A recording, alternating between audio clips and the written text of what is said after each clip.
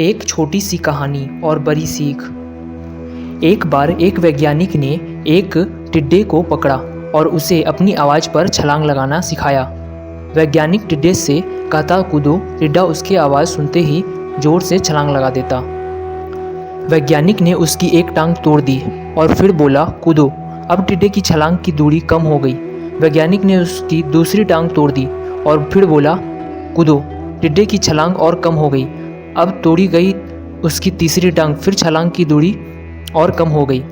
एक एक करके बेचारे टिड्डे की सारी टांगें तोड़ दी गई। अब आखिरी टांग टूटने पर जब उससे कहा गया कूदो तो वह हिल भी नहीं पाया। अब वैज्ञानिक ने अपना निष्कर्ष अपनी डायरी में लिखा। जानते हो उसने क्या लिखा? जब टिड्डे की एक टांग तोड़ी गई तो वह थोड़ा बहरा हो गया। जब उसकी दूसरी टांग तोड़ी गई तो वह और बहरा हो गया।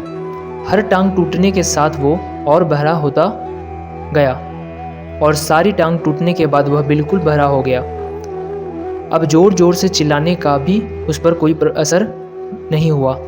वो तो अपनी जगह से हिला तक नहीं, छलांग लगाना तो दूर की बात थी। इस कहानी को सुनकर सभी को ऐसा ही लग रहा होगा कि क्या मूर्ख वैज्ञानिक था, इतनी सीधी सी बात उसे समझ में नहीं आई। इस कहानी को सुनकर सभी को ऐसा ही लग रहा है ना कि क्या मूर्ख वैज्ञानिक था, इतनी सीधी सी बात उसे समझ में नहीं आई।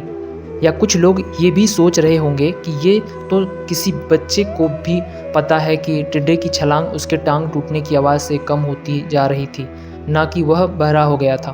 दोस्तों, हम सभी जीवन में कई बार ऐसे ही मूर्ख बन जाते हैं। कई बार जीवन में दो घटनाएं एक साथ ऐसी घटती है कि उनका एक दूसरे से कोई संबंध होता ही नहीं, फिर भी ऐसा लगता है कि गहरा संबंध है। कभी कभी दिखता कुछ और है लेकिन समझ कुछ और आता है और वास्तव में कुछ और ही होता है। इसीलिए अगर पछताना नहीं है तो जीवन में जल्दबाजी में कोई निर्णय ना लें। हमेशा समझबूझ का इस्तेमाल करें, सावधानी बरतें, नतीजे सोच विचार कर ही निकालें। धन्यवाद।